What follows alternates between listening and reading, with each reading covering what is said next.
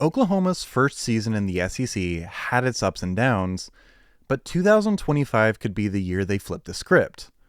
While the national spotlight is on Georgia and Texas, the Sooners are quietly building a championship caliber team. Historically, Oklahoma is one of the most successful programs in college football. With 950 all-time wins, sixth most in history, it feels really strange to call them a dark horse. But let's be real, not enough people are talking about them as true contenders.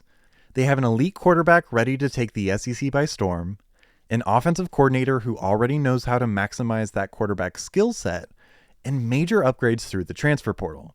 So today, we're breaking down why Oklahoma is the most overlooked SEC contender heading into 2025.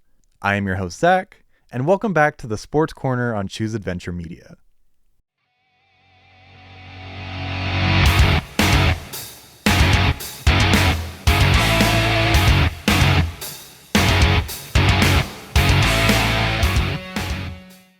Let's start with the Sooners' biggest X factor, John Mateer.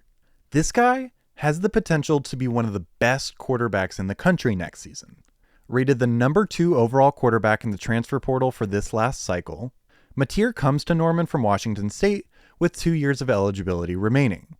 Last season, he put up over 3,000 passing yards, 29 touchdowns, and just 7 interceptions. A stellar 4-to-1 touchdown to interception ratio. But he wasn't just lighting it up through the air, he also rushed for another 800 yards and another 15 touchdowns. And when you turn on the film, it's obvious he's special. Mateer has elite contact balance, making him incredibly difficult to sack. He has legit speed, not just for a quarterback, but by running back standards. And when it comes to throwing the football, he's got plus arm strength, pinpoint accuracy, and the ability to make throws on the run with different arm angles. The word you're looking for, I believe, is baller. But Oklahoma didn't just land Mateer. They also brought in his quarterback coach from Washington State, Ben Arbuckle, to be their new offensive coordinator. And this is where it gets exciting.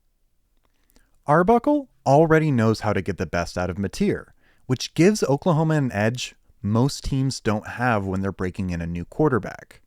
Last season at Washington State, Arbuckle's offense ranked top 15 in passing yards per game, and with Mateer running the show, it thrived. Now, the two reunited Oklahoma in an even better offensive system with more talent around them. This was a genius move by Brent Venables. Instead of forcing Mateer to learn a whole new system, Oklahoma brought the system to him. That's a championship caliber move. Now let's talk about Oklahoma's head coach, Brent Venables.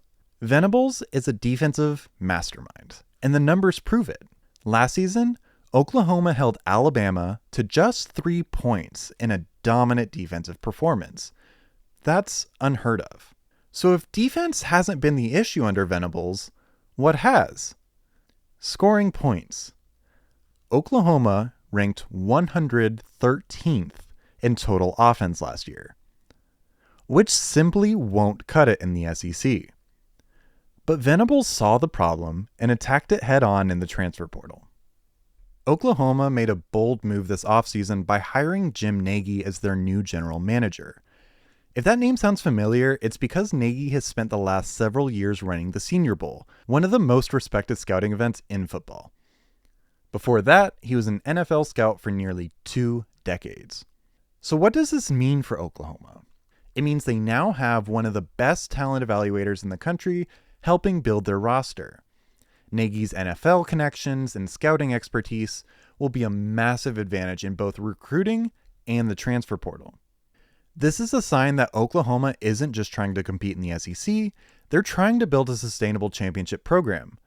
And they're not the only ones. More and more college programs are starting to hire GMs to navigate the new era of NIL and the transfer portal. It's a really fascinating shift, and I'll be breaking it all down in an upcoming video, so stay tuned for that. Venables deserves way more credit for how he's handled the transfer portal. He identified the Sooners' biggest weaknesses: quarterback, offensive line, and skill positions, and he went to work. One of the biggest under-the-radar signings for the entire offseason has been Marvin Jones Jr. from Florida State, a very talented edge rusher who will help keep that Oklahoma defense dominant.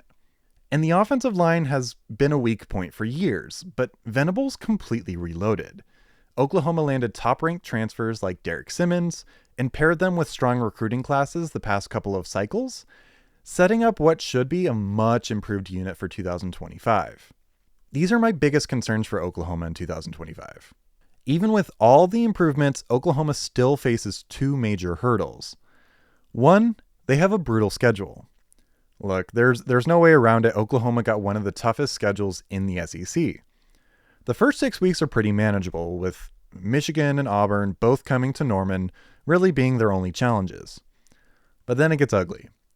Oklahoma faces a 7-week gauntlet featuring Texas, Alabama, Tennessee, and LSU. Arguably the toughest stretch in all of college football this coming year. The good news is they have some early tune-up games against Illinois State, Temple, and Kent State to help get the offense clicking before the real test begins.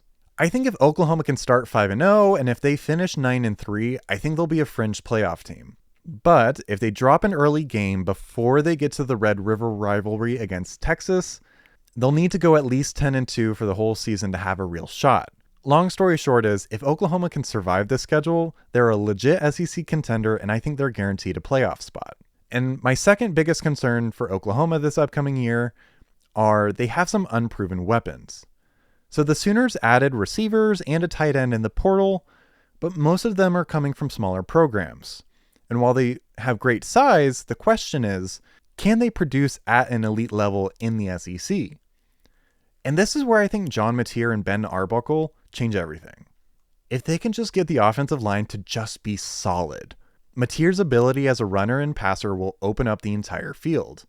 And at that point, they don't need elite wide receivers. They just need reliable guys who can get open and catch the ball. And I believe they'll find those guys. So here's my final thoughts on Oklahoma. They aren't just a dark horse. This team has everything needed to make a serious run at the SEC championship. They have a superstar caliber quarterback, an amazing offensive coordinator, a great defense, and they made some major upgrades through the transfer portal. So if Oklahoma can navigate the toughest stretch in college football, they are absolutely a top-tier SEC contender, whether people realize it or not. So what do you think? Is Oklahoma a pretender, or are they the real deal? Let me know in the comments. And I'm Zach. This has been the Sports Corner on Choose Adventure Media. See you next time.